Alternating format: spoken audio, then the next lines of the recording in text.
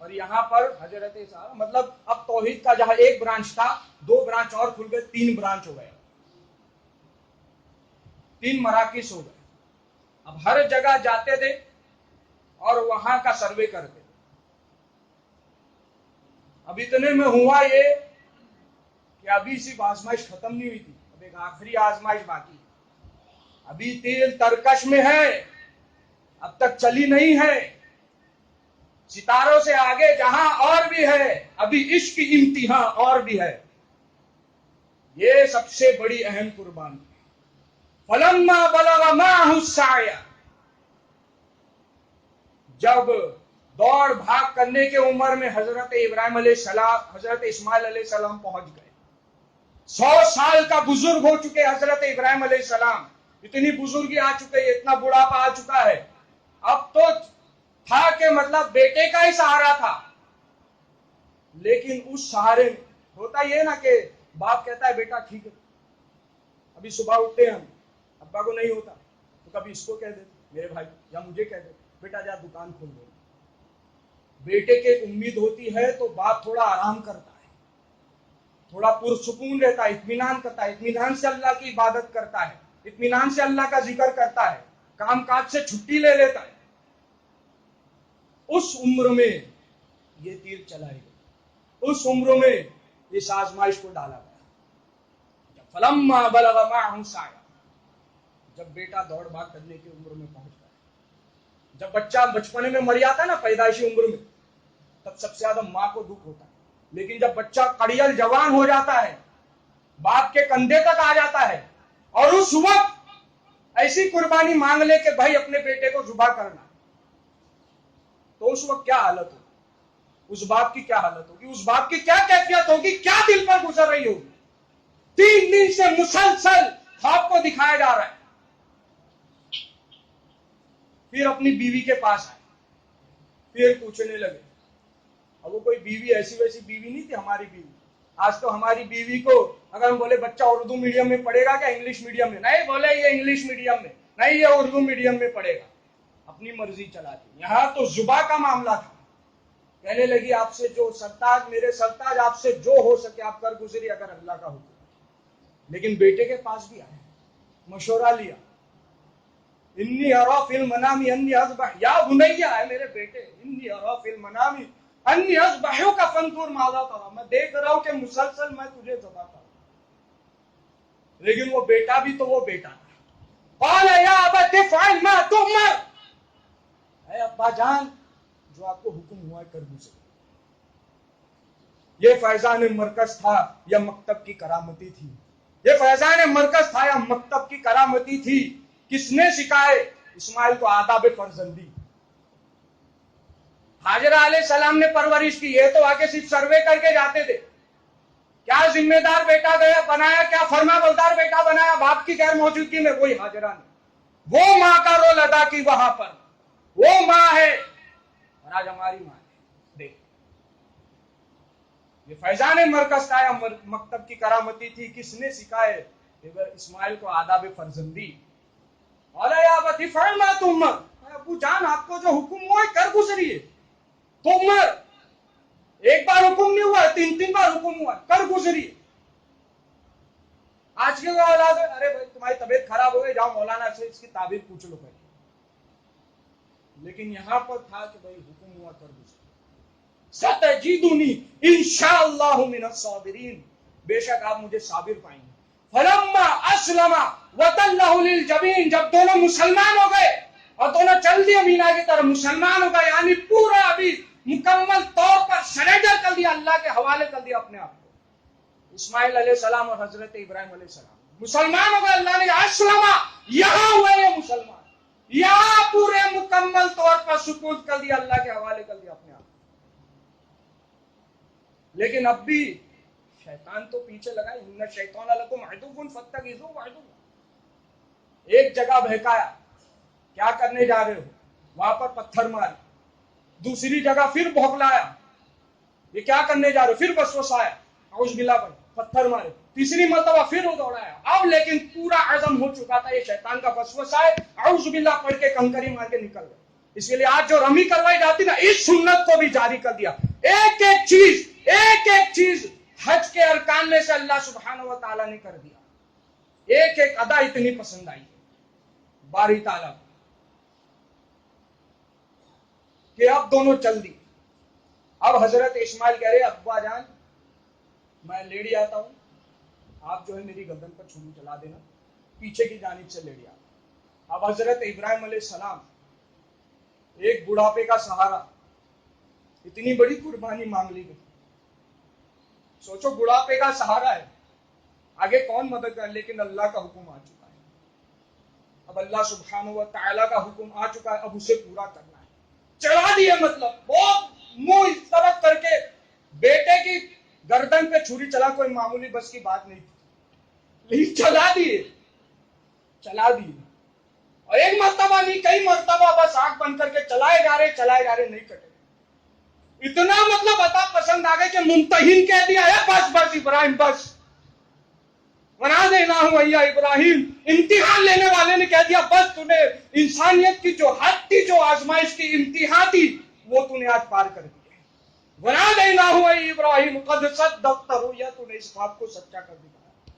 إِنَّا كَذَلِكَ نَجْزِي الْمُحْسِنِينَ إِنَّ هَذَا لَهُوَ الْبَلَاءُ الْمُبِينُ. بے شک یہ سب سے بڑی آزمائش تھی، یہ انسانیت کی انتہا کی سب سے بڑی آزمائش تھی. وَفَدَيْنَاهُ بِذِبْحٍ عَظِيمٍ وَتَرَكْنَا عَلَيْهِ فِي الْآخِرِينَ. آخر تک باقی رکھے. سلام علی ابراہیم، سلیوٹ ہے ابراہیم، سلیوٹ ہے، سلام ہے تجھ پر کہ تو نے اس مقام کو پا لیا، اس ولایت کے اس مرتبے میں فائز. وَاتَّخَذَ اللَّهُ مِنْ إِبْرَاهِيمَ خَلِيلًا، کہ ابراہیم کہ اس کے رب نے اس کو اپنا خلیل بنا لیا. کوئی بڑا پریسیڈنٹ دیش کے فوجیوں کو کرتا ہے کہ نہیں سلیوٹ؟ اللہ کر رہا ہے سلیوٹ. سلام علی ابراہیم، سلیوٹ ہے ابراہیم.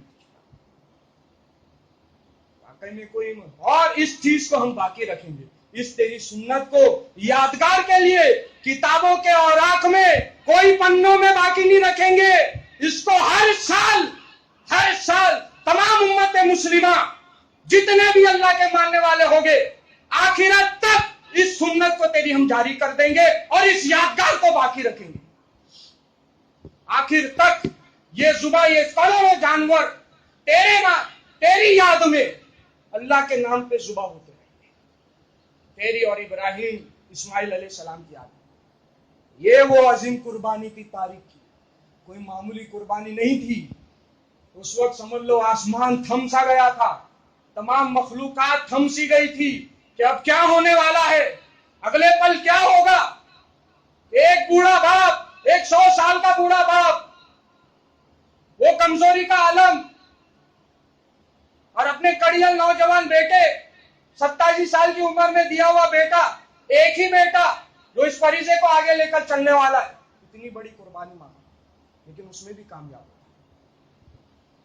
اسی جذبے کو، اسی یاد کو باقی رکھنے کے لیے آج ہم قربانی کریں. لیکن کیا آج ہم اس جذبے کو یاد رکھنے کے لیے قربانی کرتے؟ نہیں. لن ینال اللہ لحومها ولا دماؤها ولکن ینالہ التقوی منکم. کہ نہ تمہارا خون پہنچتا ہے، نہ گوشت پہنچتا ہے. یہ جذبہ پہنچتا ہے کہ جس وقت ابراہیم اپنے اسماعیل پر چھری چلا رہے تھے، وہ جذبہ پہنچتا ہے. وہ کیا اس جذبے کے ساتھ قربانی ہے کہ جب دعوت توحید کے مشن کو جب آگے لے کر چلنا ہے اور اس وقت جو قربانی اللہ مانگ لے، کیا دینے کی تم میں جرات ہے؟ جانور پر صرف چھری چلانا آسان ہے، لیکن اس جذبے کو اندر پیدا کرنا، ابراہیم کے جذبے کو پیدا کرنا بہت مشکل ہے. وہ جذبہ پیدا کیا جاتا ہے ہر سال. قربانی، گوشت، خون کچھ مقصد نہیں ہے، مقصد یہ جذبہ ہے، مقصد یہ قربانی ہے، یہ آزمائش ہے. یہ ہے حضرت ابراہیم علیہ السلام. اسی لیے کہا وَإِذِ ابْتَلَىٰ إِبْرَاهِيمَ رَبُّهُ بِكَلِمَاتٍ فَأَتَمَّهُنَّ قَالَ إِنِّي جَاعِلُكَ لِلنَّاسِ إِمَامًا.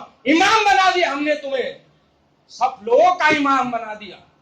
اب جو کوئی گزرے گا اس روئے زمین پر تمہارے طریقے پر، تمہارے دین حنیف پر نہیں ہوگا، اس کی فلاح، اسے نجات حاصل نہیں ہونے والی ہے، وہ فلاح کبھی نہیں پائے گا.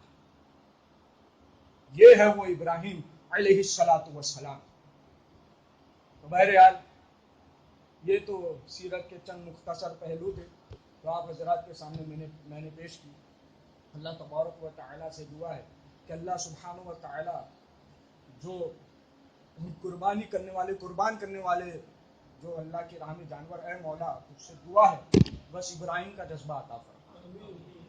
ہمارے حساب سے، ہماری طاقت کے اعتبار سے اس مقام کو تو ہم پہنچ نہیں سکتے، لیکن جتنی ہماری استطاعت ہے، طاقت ہے، بس وہ ساری آزمائش جو تو ہم سے لینے والا ہے بس اس میں ہمیں کھرا اترنے کی توفیق عطا فرما، اور ہر معاملے میں حضرت ابراہیم علیہ السلام کو اپنا پیشوا اور اپنا رہنما تسلیم کرنے کی ہمیں توفیق عطا فرما. آمین. ربنا تقبل منا انك انت السميع العليم واخر دعوانا ان الحمد لله رب العالمين.